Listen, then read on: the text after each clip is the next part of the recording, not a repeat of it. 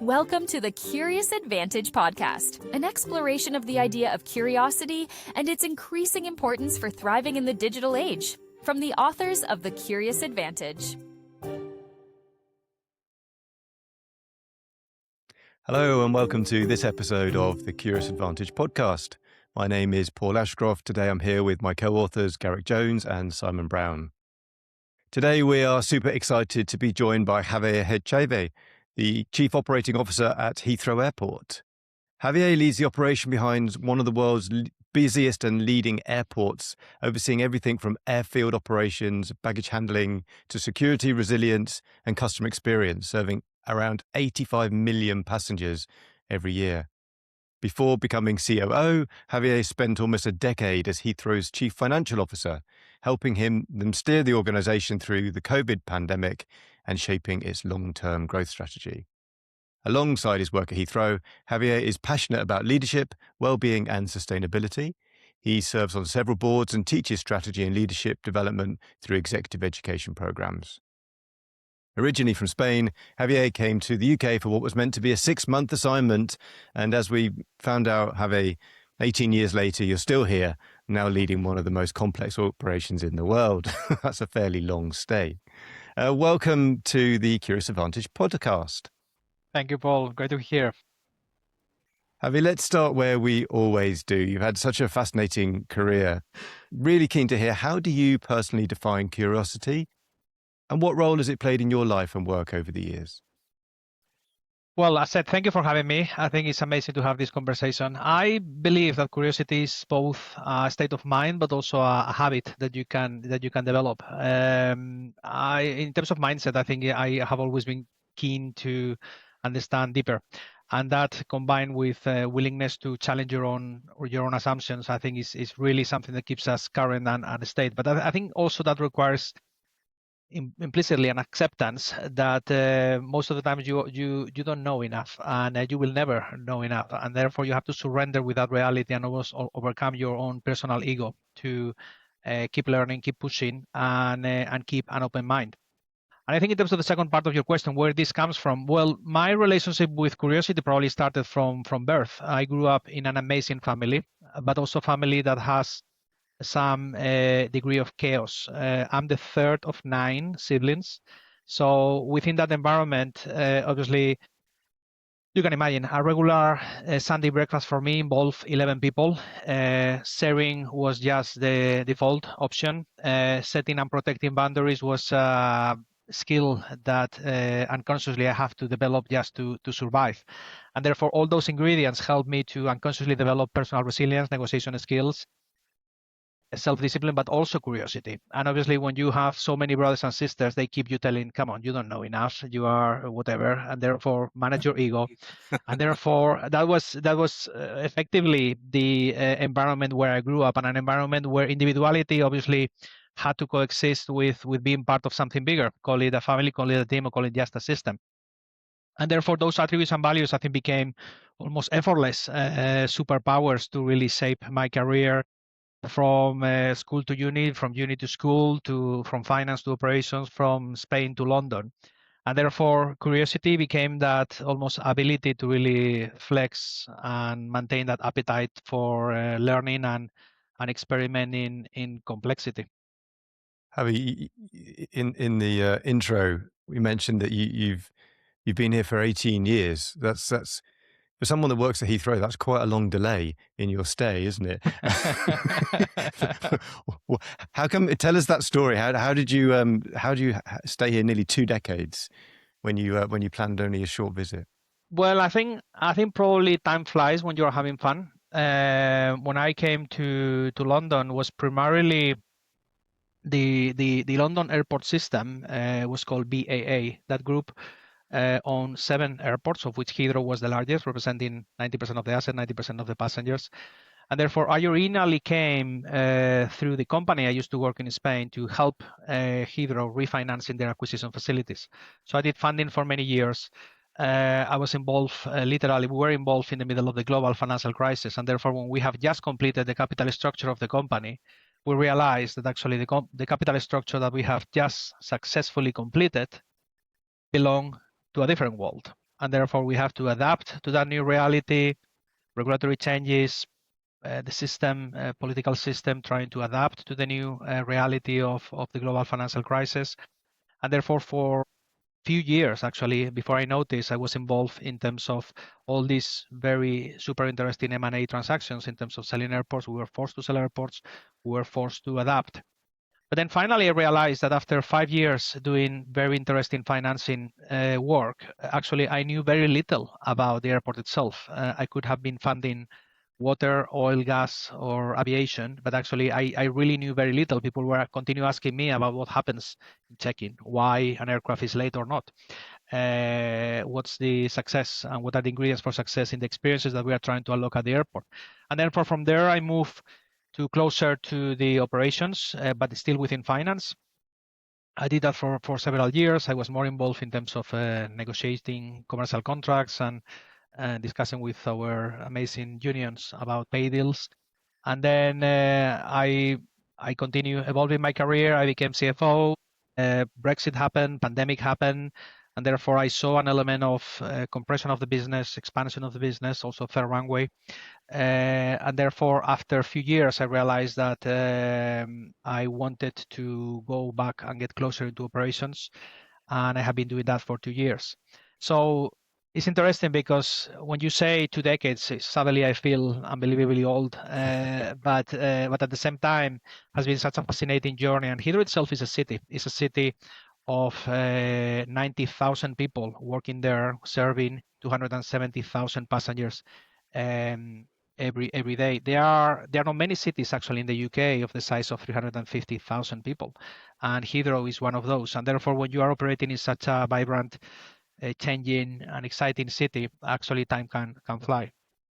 Let's talk a bit about Heathrow because it's such a fascinating system, right? And it's so important, particularly within the UK and internationally. Most people think of Heathrow as an airport, but when we spoke before, you said it's really a service company. What do you mean by that? And how does it change the way you lead and go about your work?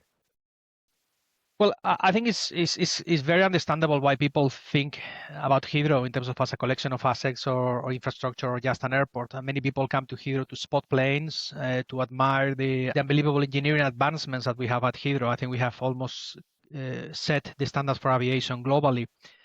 And obviously, it's just overwhelming and fascinating to see almost the technical dance that one can watch at the airfield of Heathrow every day, and it's mind-blowing. But for most of us, and hopefully for most of you, we come to Heathrow to connect. We come to Heathrow to connect destinations, to connect cultures, to go on holidays, to get into business trips, to attending social celebrations. And it's those connections that actually create experience and memories. And that's ultimately what we do. Heathrow sells experiences and craft memories through airport infrastructure. And therefore, in an airport, you have part of my role operations is almost orchestrating that dance, that system, where you have passengers, aircraft, bags, and cargo flowing permanently. But I think it's really important to remember that behind every bag, there's a person. And behind every person, there's a story and an experience. And it's that focus actually what fuels our corporate purpose of making every journey better, focusing on every passenger, every bag, and every journey. Because suddenly, otherwise, I think you can fall into seeing all these different components as units. But it's that mindset of humanizing what we do that suddenly creates a completely different reality. And suddenly forces you to think about the system that you were referring for in terms of moving from concrete and steel to actually customer experiences, from assets into outcomes. And actually what makes Heathrow so thriving, that among other things explain why I have been 2 decades in the same location. You talked about every bag is a person, behind every journey is a story. How do you enable 90,000 people to be reminded of that human story and not to forget that? What is it you do to get that message into the city that you're involved with? Yeah.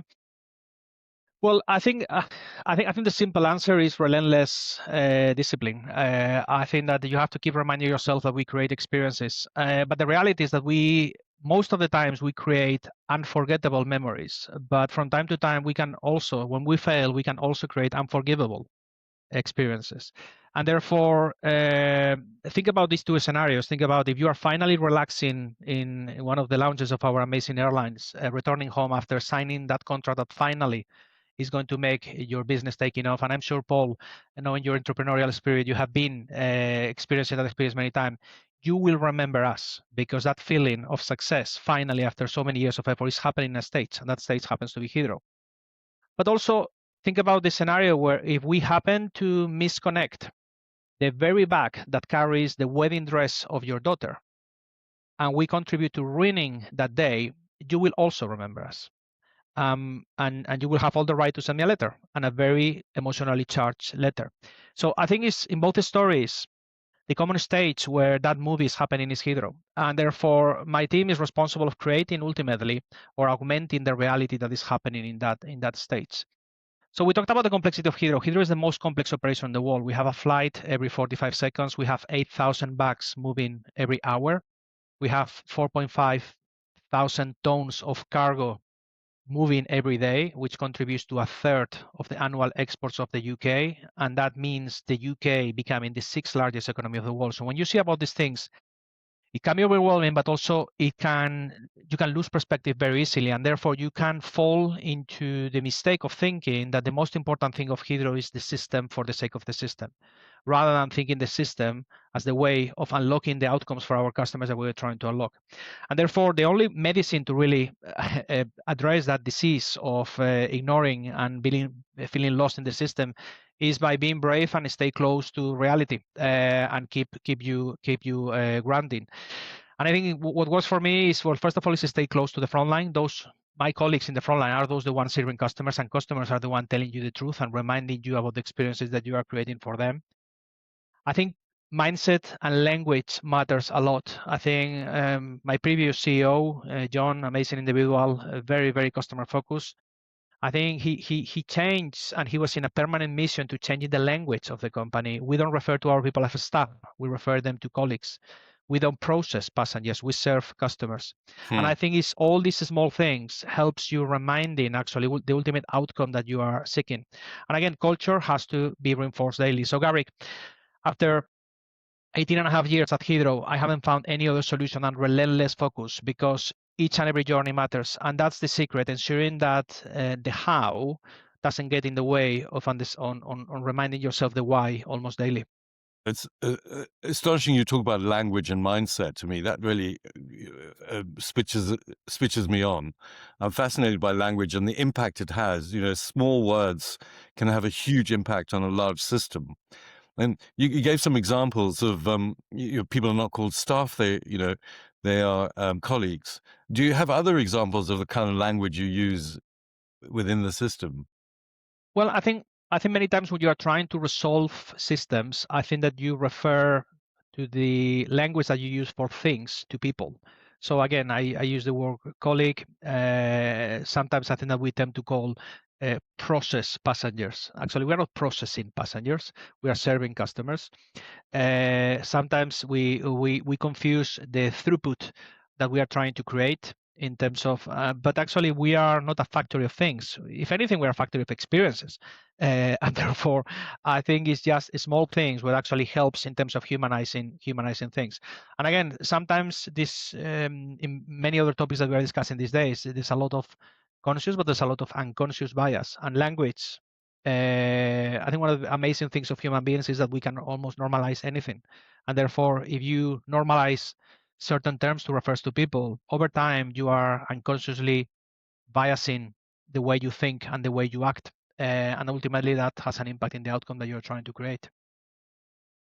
However, you describe Heathrow, and rightly so, as one of the most complex operational environments in the world. Something that struck me when we've spoken before is, as a traveller, I would go into Heathrow and I think essentially the world is revolving around me. I'm the passenger, I'm your customer. But actually, I'm not only one of many tens of thousands of customers in that hour, but also Heathrow, as I understand it, operates as a system with many different types of customers, and you are somehow trying to orchestrate the different needs and requirements of those different customers, just to keep everything moving. What are some of the things that passengers don't see, but also your other customers need to do just to keep everything moving and streamlined in the airport? Well, I think it's a great question. I think that it's fantastic to hear that when you go to Heathrow, you feel the center of attention. This is how it should be. At the end of the day, you pay for an experience. You could go to another airport, you can choose another airline, but you are choosing Heathrow for a reason. And we know that flying today is not cheap, and therefore we need to deliver value for the experience that you are paying for. As any other service companies, I think I don't know. You go to Disney park, the stage has been designed for the experience that we are trying to unlock. I think we are learning from those great companies. You go to a shopping mall and it's the same. I think that is a huge amount of assets at the service of the experience that we are trying to create. And therefore, the years where airports became and the assets became the focus are gone. I think that passengers are seeking experiences. You go to some of the Asian airports that are leading experience globally, and you can see that actually many passengers, many customers go to those places to enjoy experiences, irrespectively, even if they don't want to travel, because it's the experience what you are seeking. But obviously, to make that happening, that amazing stage where hopefully unforgettable experiences happen has a very complex backstage, and that's ultimately my role that we have to do. I think at Heathrow, that stage comprises 550,000 individual assets that more importantly are in the hands of 400 different companies. It's a combination of the airport operator, but it's also airlines, handlers, security companies, air traffic controllers, cargo operators, etc., retailers. And therefore, those many players are making thousands of decisions per minute. And interdependencies are absolutely everywhere. Therefore, the success at the end of the day in that complex system is realizing that actually you do not control things. My role is to orchestrate all these things. Of the 90,000 people working at the airport, my payroll is only 6,000. It's a huge team, but actually it's a fraction of the entire population. And is that alignment of mindset, behaviors, culture, as well as processes controls, which creates the system where the experience can happen. So obviously, apart from that, we have other complexities that passengers doesn't see. Obviously, we have talked about the operational complexities of multiple assets and multiple parties, but also we have two additional challenges. First of all, Heathrow is absolutely full. And that's a blessing because we are full because probably there's something right that we are doing. We're in the right location, creating the right experience for the right customers. But also the density that we have. When you look at the physical footprint of Heathrow is 12 square kilometers to serve 85 million passengers. That ratio is 7 million passengers per kilometer. You compare that with other airports in the world, and Heathrow is by far the highest operationally dense airport in the world. Any other European hub is a third of that. And if you look at Dallas-Fort Worth in the US, Dallas, to serve the same volumes of passengers, they have 5.5 times more space, 70 square kilometers. And therefore, what that means ultimately, what that means, first of all, challenges in terms of resilience. We have a system that is permanently running very hot with no slack. And therefore, that makes my role exciting but challenging. And that's why having such an amazing team that is prepared to design for success most of the times, but being able to address crisis quickly is fundamental. But the other fundamental dynamic, and unfortunately I cannot forget the 10 years I was CFO, is cost. I think the reality that we are so full, that means that there's limited airline competition and choice. And that makes airfares at Heathrow around 60% more expensive for the same route at any other airport. Why? Because it's very condensed, there's no much competition, and airlines want to fly from Heathrow, among other things, because cargo, together with passenger, makes Heathrow delivering 6 out of the top 10 most profitable commercial routes in the world. And therefore, it's great that airlines are making money, but actually we would like to have more space, more airlines to actually create better competition at the airline front so we can have lower airfares and actually unlock better value and lower cost for more passengers. And this is where the third runway and the expansion of the airport can be a great opportunity to really create better experiences at lower cost for passengers in the future. You've mentioned a number of things that I want to explore further. maybe this is two questions in one, Javier. The first one is that you talked about designing for success, and I'd love to unpack what you mean by designing for success and how that is a skill in your team. But the other thing you mentioned earlier was, dealing with the extraordinary challenge of COVID and the pandemic, and of course the financial crisis, and the kind of disruption that occurred then. What have those experiences taught you, and how does that link with designing for success? Yeah. So two things. I think obviously complex operations like Heathrow, I think that it's very understandable that you can get overwhelmed and you can run into firefighting mode permanently, in terms of you can default into survival, in terms of how do I make today happening. But I think one of the things I always encourage to my teams is that we have to be creating the system that is going to be solving the problems of today, while at the same time we are building the system that will solve the problems of tomorrow. We have to keep one foot today and one foot tomorrow. And therefore, we cannot continue focusing exclusively in terms of the next thing that is in front of us. I think in those environments, I think that I mentioned that we create most of the times unforgettable, but sometimes unforgivable experiences because things can happen. And I think that when you are dealing with crisis, I think the temptation is, and the addiction that could happen with crisis is that you are running on adrenaline for a few days, and you can feel that actually that's the ultimate role that you are seeking. I think I personally have allergy to drama. Drama happens in life, but I am, my mindset is one of when it happens, let's address with that. But I'm not trying to recognize and trying to address that allergy to drama. And I think that the reality is that to really be successful in this system, we have to design for reliability, not recovery. I'm very much about seeking prevention rather than seeking reaction, but also recognizing that crisis can be very addictive because of the adrenaline it creates. And therefore, we need to make sure that we rely on design rather than heroics. From time to time, heroics are unavoidable, and you need to rely on amazing people going the extra mile. But you cannot just assume that that's going to happen permanently, because actually you will be unconsciously creating single points of failure. You will be creating outcomes, driving risk of burnout.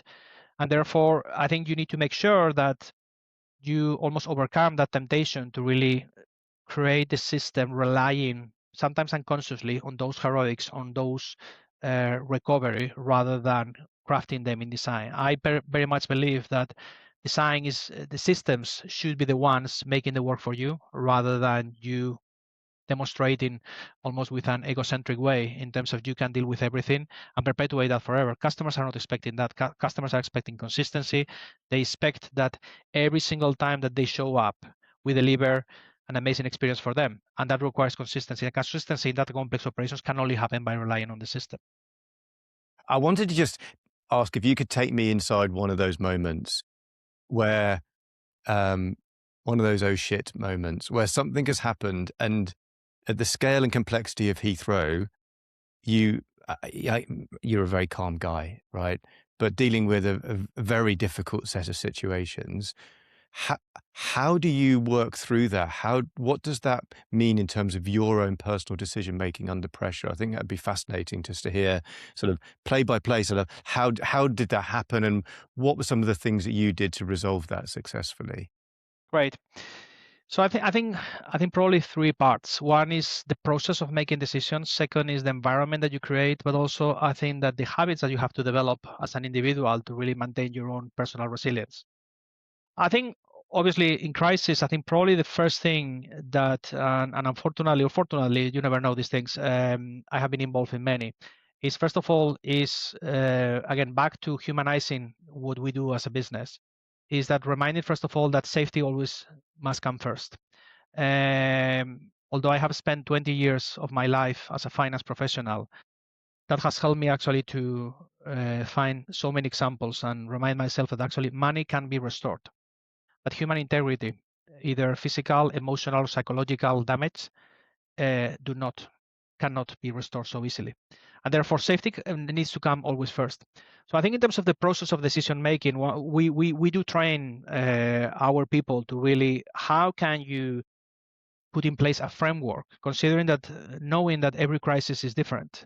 But actually in that framework, what we try is to go through a set of questions that helps you in terms of setting the definition of success and then trigger action. First of all is be clear on the information and the objectives. Be clear on what you know, but also be clear on what you don't know, because sometimes you are not consciously aware of the things that you don't know, and you run the risk of filling those gaps with unconscious bias. Second, I think important thing is setting the objectives. Be clear on that definition of success. Is success to whom, but also success over which time horizon? And again, depending on an operational crisis that is can be very, very short, I think definition of success is easier to see. When you see a pandemic, that you can see that actually we're going to be in that trouble for 18 months, losing £8 million a day. The objectives might become a bit more complicated. But ultimately, you have to define what are those objectives and what's the order of those objectives if they happen to be in crisis. So for example, in the last biggest operational crisis I was involved, 21st of March power outage in 2025, the fundamental decision was driven by, obviously, first of all, protecting safety and security, but there was a conversation that normally these things happens at very interesting times, 1 a.m., where what was priority number one? Protecting, restoring the system for tomorrow, or getting as many flights as possible today. I decided that actually was better to prioritize the system for tomorrow, not compromising that, and within that, then try to get as many flights as possible today. That created something that is probably has been the best operational recovery recent in recent aviation history, which is Heathrow the following day operating 100% of the schedule. In similar crises in other airports before, those crises tends to elongate for several days and even weeks. We managed to contain that within 10 days. And again, very sorry for the 1,300 flights I had to cancel that day and the 250,000 passengers I impacted that day. But we managed to contain that within a day. And I think is that definition of objectives and prioritization of objectives what makes a difference. Then the next step is to make a decision, and make a decision recognizing that you have imperfect information. I always remind myself this quote from President Roosevelt that used to say that in any moment of decision, the best thing that you can do is the right thing. The next best thing that you can do is the wrong thing. The worst thing that you can do is nothing. And I think that sometimes it's tempting to embrace procrastination because you are not so sure, but actually you have to remind yourself that you are in senior positions and you are paid to make calls. And I'm one of the view that I prefer to make the wrong decision than the no decision, because at the end of the day, that's a decision by itself that you cannot defend. I think probably the next step is also communicating fast, communicating often, communicating clearly, and then keep that running, that loop. Because in crisis, information changes, and therefore, and this is where you have to fight your own ego. Sometimes I have seen many leaders in crisis resolution sticking to the original point. Well, that's fine if the situation is the same, but if information changes, the objectives might need to change, and then the choices might change, and therefore your decisions might have to change. Sometimes I think your ego forces you to be almost to reassure yourselves of the mistakes that potentially you have made, not because of mistakes, but simply because the information was different. So that's effectively the decision-making process. The second thing I mentioned is the environment. I think it's really important. I mentioned safety, and obviously physical safety is obvious, but psychological safety in crisis I think is really important. One of the first things I had to do after making the decision of closing the airport on the 21st of March 2025 is to sit down my leadership team and remind them that the owner of that decision was me. Remind them that once all of this is over, we will be scrutinized, rightly so, by the Parliament, by the Transport Select Committee, by the board, by consumer boards, by our customers. And at this stage, let's minute the fact that I was ultimately the one making the decisions. Because what I need you is not to be thinking about what bad could happen to you if we made the wrong decisions. What I need you is to focus on resolving the crisis. And you know how to resolve that specific technical issue more than me. So the deal is that I will hold the responsibility. You have done your job in terms of providing the input, providing the recommendations, helping me to understanding the choices, but the ultimate call sits with me. And having that conversation explicitly, I think, is fundamental to really create an environment of psychological safety where people can operate more freely. So that's probably my biggest thing, I think, in terms of creating the environment. And in terms of finally, in terms of, well, the attributes about yourself, obviously personal resilience. I have been involved in many crises. I remember 10 years ago when I joined the executive team as a CFO, I was invited to a drill of a crisis, and I was literally grilled for hours, and I couldn't cope. I think I noticed that my brain was having a lot of fog, and I really struggled, and I felt absolutely exhausted at the end. So when that exercise of crisis was over, I was left with a huge sense of guilt, thinking of what bad could have happened if someone could have been impacted by bad decisions by me not being at my very best. And therefore, that opened a personal journey where I realized actually that I was not in the best of myself. I had to recognize that I was suffering anxiety at that time. I have to recognize that I have not strong habits in place. My relationship with exercise was inexistent. My relationship with the mobile was addictive. My relationship with food was emotional. And therefore, I have to put in place many different habits that actually it was probably the most painful transformation I have ever done in my life, which is trying to transform myself. And I'm not done. I'm still into that journey. But the interesting thing is that 10 years down the line, the very same exercise that 10 years ago was a drill, actually 21st of March 2025 was real. And I did cope. And I think we made the right decisions. And therefore, when I look back, actually those moments of challenge 10 years ago when I had to realize that actually I had to change and I have to admit and seek help about my own mental health issues actually became a blessing, because that was a preparation of what was coming down the line.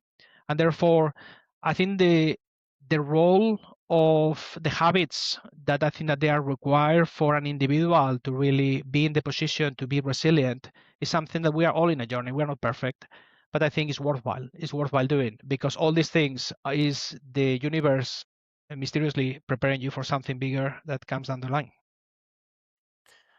It's such a powerful lesson in leadership, I think, looking back at this. I'm really curious of that moment where you had to make the decision around, do we recover for today? Do we plan for tomorrow? I love the Roosevelt quote of, doing the right things or the wrong things, and the worst thing you can do is nothing. But trying to make that decision must have been incredibly difficult. So how did you balance, I guess, the making a quick decision with the sort of consulting the team and getting all the different opinions? You could have spent hours and hours and hours analyzing the situation, but that would have sort of fallen into the nothing. So I'd love to know the sort of thought process that you went through under a hugely stressful situation to make a decision which looked like it was the right decision. How did you go through that? So I think two things. One is the specific on that particular decision. I think that there were two potential scenarios. One is we can close now, and obviously Heathrow was not in status to operate for a combination of reasons. But the difficult decision was, for how long do we close the airport? We have two options on the table. One is that we signal to the entire ecosystem that Heathrow is going to stay closed for the rest of the day. And therefore, if we and that will create a very clear signals. At that time, at 1 a.m, there were already 120 flights en route to Heathrow. We have to send those flights back, because although the emergency procedures were in place and those flights could have landed safely, it would not have been the right experience for them. And also, at a certain point, the system was not able to absorb those volumes of passengers, bags, aircraft, cargo, all these type of things. So the reality there was, okay, do we close for the entire day, signal that we are not ready to operate? And importantly, a byproduct of that decision is that we keep aircraft passengers away for an airport that is not safe to absorb the volumes that we have today. recognizing that if we manage to resolve the issues that is causing Heathrow not being able to operate at full now, we can always restart operations. We can always say, okay, we are now ready, come over, but we can do that in a controlled manner. The alternative is to say, okay, we believe, we hope. Hopium, I think, is a very complicated way to really, or ingredient to really make decisions. We hope that actually by 10 a.m. we are going to be ready. Well, if you wake up knowing that your flight is at 1 p.m. and you read in the news, because obviously every time that we fail, it's not very secret, it's everywhere, and now with social media even more, what would you do? What would you go? You will go to the airport earlier. We would have had thousands of passengers in the front of a terminal that was not prepared to host them. That by itself is a safety risk, but also it would have diverted important resources of people working in the resolution of the problem. Therefore, I ultimately made a decision that is better for the protection of the passengers, for the protection of my colleagues, to the resolution and the restoration of the system, to try to accept that there's going to be pain and an impact. And again, I cannot forget any opportunity like this one to apologize all the passengers that were impacted in that day, but try to rebuild from there rather than this permanent procrastination of decisions. And I think it happened to be the right solution considering the circumstances. I think the other important thing, not necessarily specifically about this decision, but the reality of Heathrow or any other complex operations like ours, Simon, is the fact that, as I mentioned earlier, Heathrow is a city with 400 different companies. And therefore, if you don't make a decision and you don't communicate a decision clearly, all those parties will make their own decisions. And therefore, it will create multiple decisions that potentially they are conflicting, which is going to create even more chaos.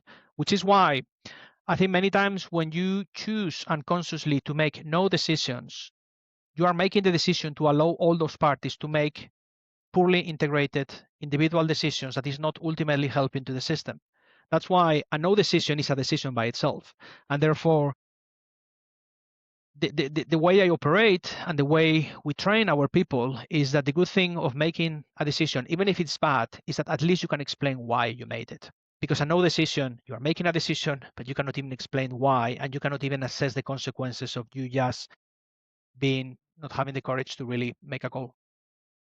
I think there's something about being a leader that the role is to create clarity for everyone around you, and yeah, it sounds like that's exactly in this situation what you did. That it's this gives people the clarity to then be able to mobilize, to operate, to make the decision to come in or not.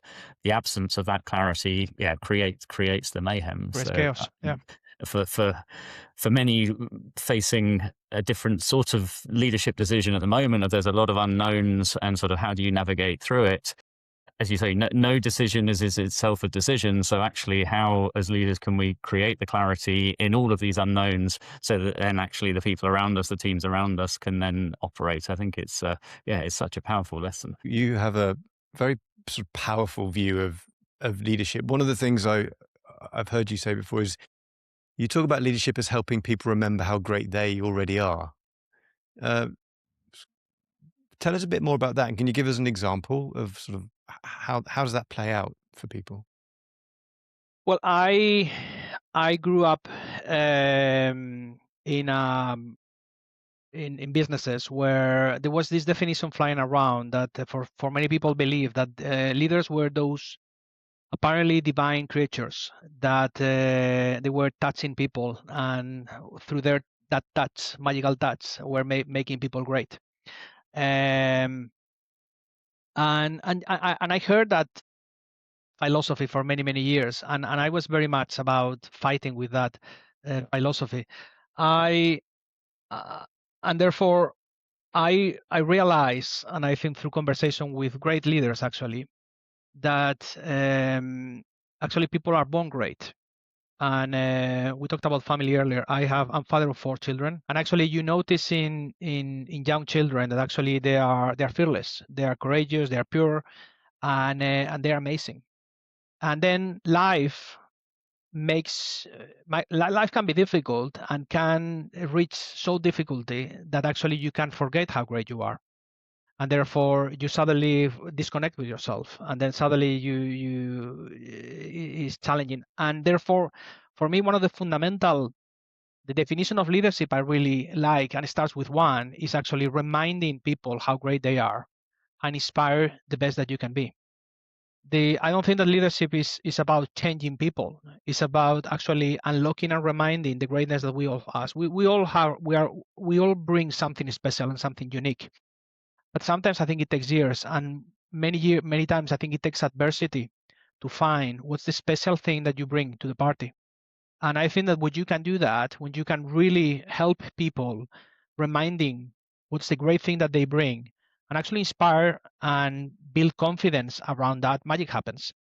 And it starts with one, I think, in terms of being aware, in terms of what's the thing in you that makes you special and you bring to the party, but also remind others. And this is where, if you keep doing that over and over again, and it becomes an unconscious habit, then people do amazing things in the most complex circumstances.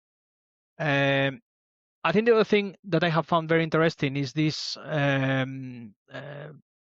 Many times I think we mention all these concepts in terms of safety, certainty, curiosity, and sometimes we mix these type of things. I think it's clearly that we operate in a world where it's very uncertain, it's fast moving, and it can be overwhelming.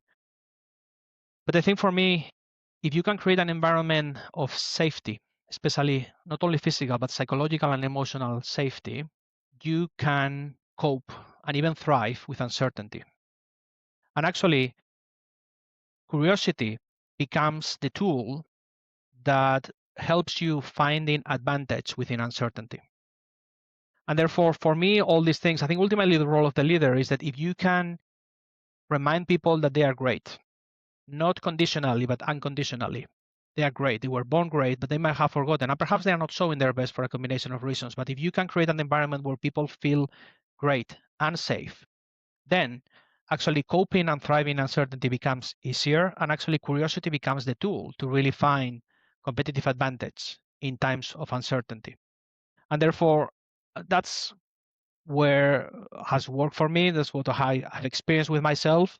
I'm not perfect. There are times where I can do it. There are most of the times I cannot because I still keep ignoring the basics.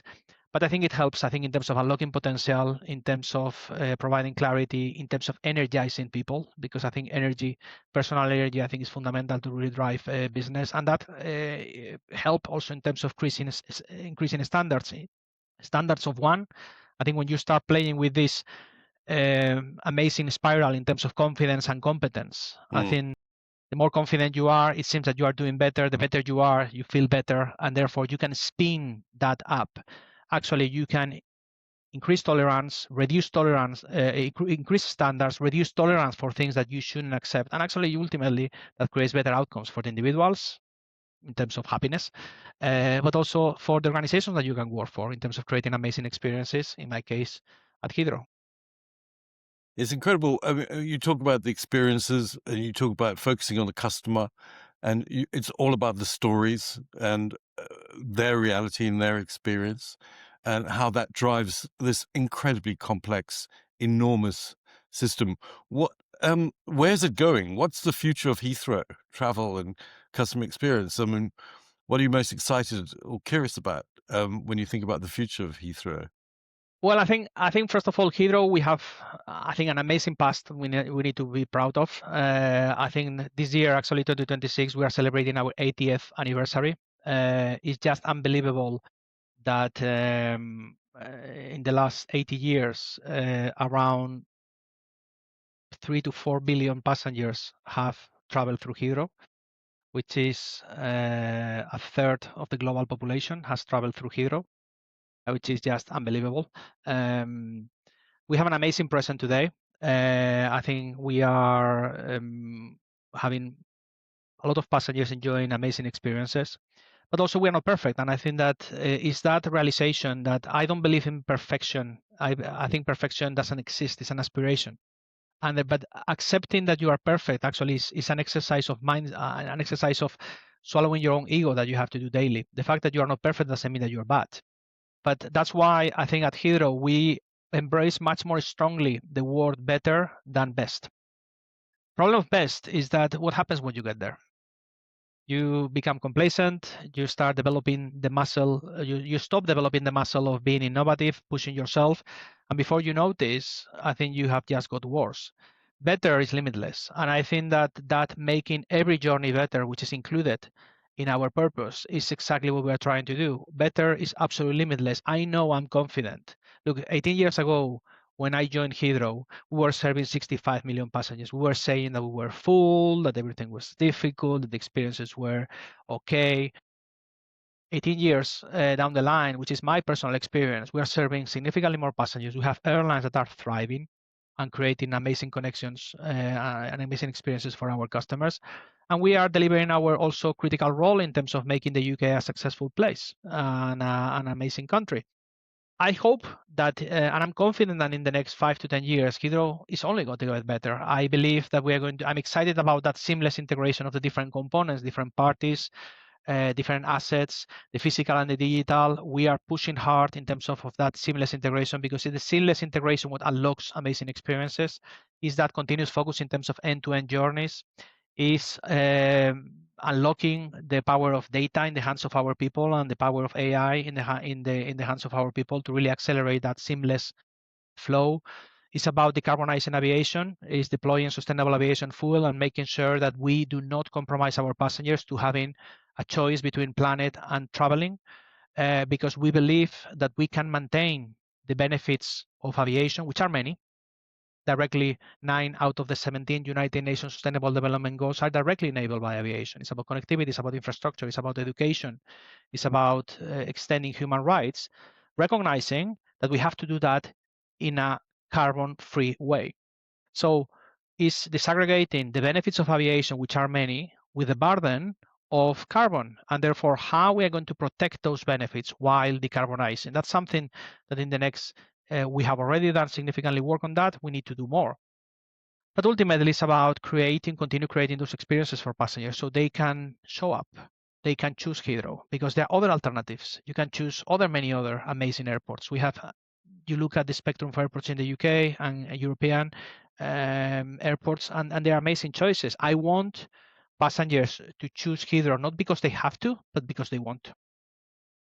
So Javier, Heathrow has a special place in my heart. I worked there over 25 years ago in Terminal 1 when I was at university, and I seem to spend a significant chunk of my life going through Terminal 5 now on a very regular basis. I mean, taking that picture of the future, I mean, what would it feel like traveling through Heathrow in 5 years' time or 10 years' time? What would be different to today? I'm curious sort of what that might actually look like.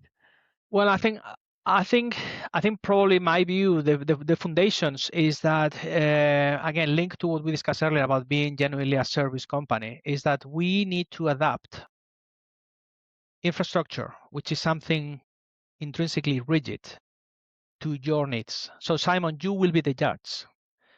You will be the one saying, the experience I want at Heathrow in 10 years' time is X, Y, and Z. Recognizing that the same Simon Brown with the same passport number, you can be different personas depending on the needs of your travel. You don't want the same experience if you are traveling business class, the business trip. Probably in that situation, you will be seeking in terms of very, very fast experience, almost no one talking to you, but the infrastructure detecting you, reading you, and adapting to you.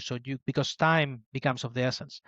If you happen to be traveling with your family, if you have one on holidays, I'll be coming through Heathrow with my daughter tomorrow. Yeah.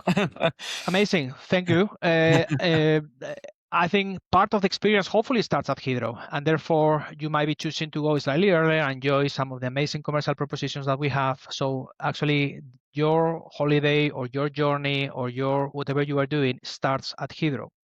If you happen to travel with an elderly individual that requires a bit more assistance, again, Heathrow should not be the one restricting the right to have an adventure simply because our infrastructure are not designed for everyone. We need to make sure that we adapt the infrastructure to the reality of our passengers.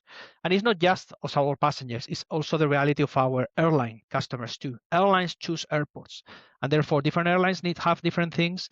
And therefore, the airport of the future I see is an airport that actually delivers and ideally outperforms the expectations that you have as a passenger, but also the airlines. So we make sure that at the end of the day, great service companies are the ones who are anticipating and are delivering what the customers ultimately want. So I personally believe in that customer is the ultimate judge.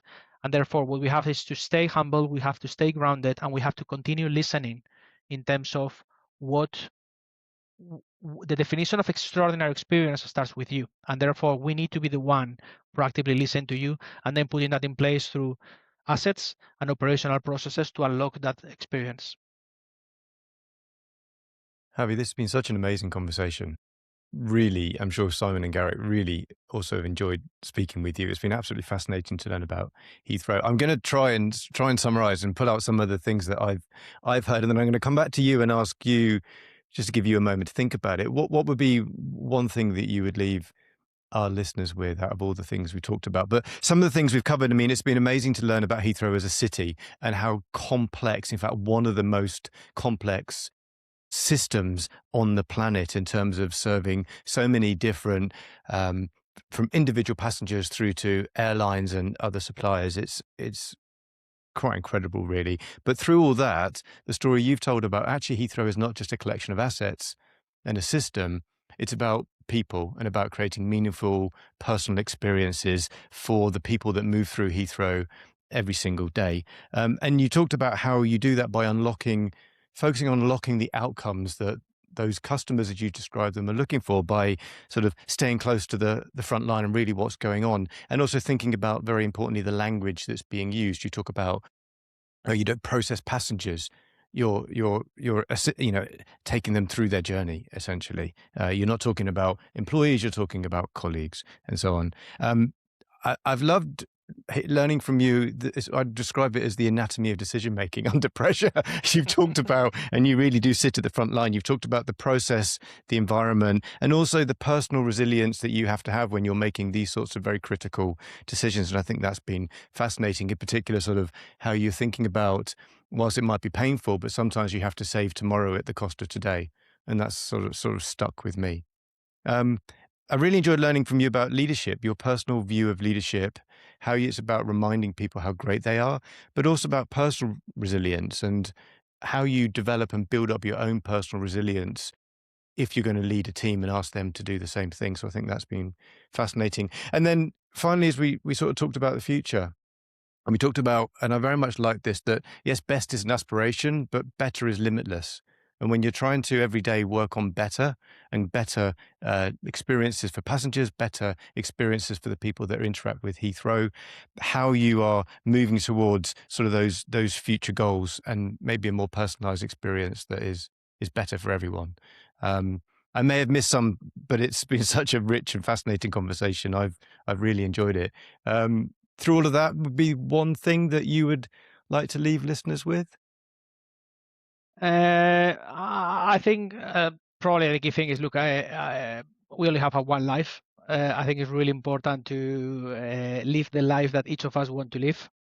And I think that the personal mantra I remind myself as much as possible is that the way I'm trying to live my life as best as I can is to try to be the best I can be today within the circumstances I have to be. And from there, try to create a better future for all, not just for me, but for others. And I think that is that recognition that we all have a choice in terms of sometimes we do not control the environment, but we do control our response to that environment. If we can choose the best possible response within the circumstances, that will allow us to be the best we can be. And from there, I think we can just create better things around us. Brilliant. It was a powerful thought. Thank you. Thank you, Javi, so much for joining us. It's been a brilliant conversation. Thank you. Thank you. You've been listening to a Curious Advantage podcast. This series is about how individuals and organizations use the power of curiosity to drive success in their lives and business, especially in the context of our new digital reality. It brings to life the latest in understanding from neuroscience, anthropology, history, business, behaviorism about curiosity, and makes these useful for everyone. We're curious to hear from you. If you think there was something useful or valuable from this conversation, we encourage you to write a review for the podcast on your preferred channel saying why this was so and what you've learned from it. And we would love it if you could give us a rating, perhaps tick that 5-star review. We always appreciate hearing our listeners' thoughts and having a curious conversation. Curious Advantage book is available on Amazon worldwide. Order your copy today. Subscribe, please, and keep exploring curiously. We'll see you next time. Thank you for listening to the Curious Advantage podcast. The Curious Advantage book is now available to purchase on Amazon. Stay tuned for the next episode and keep exploring curiously. This podcast is produced by Jessica Wickham.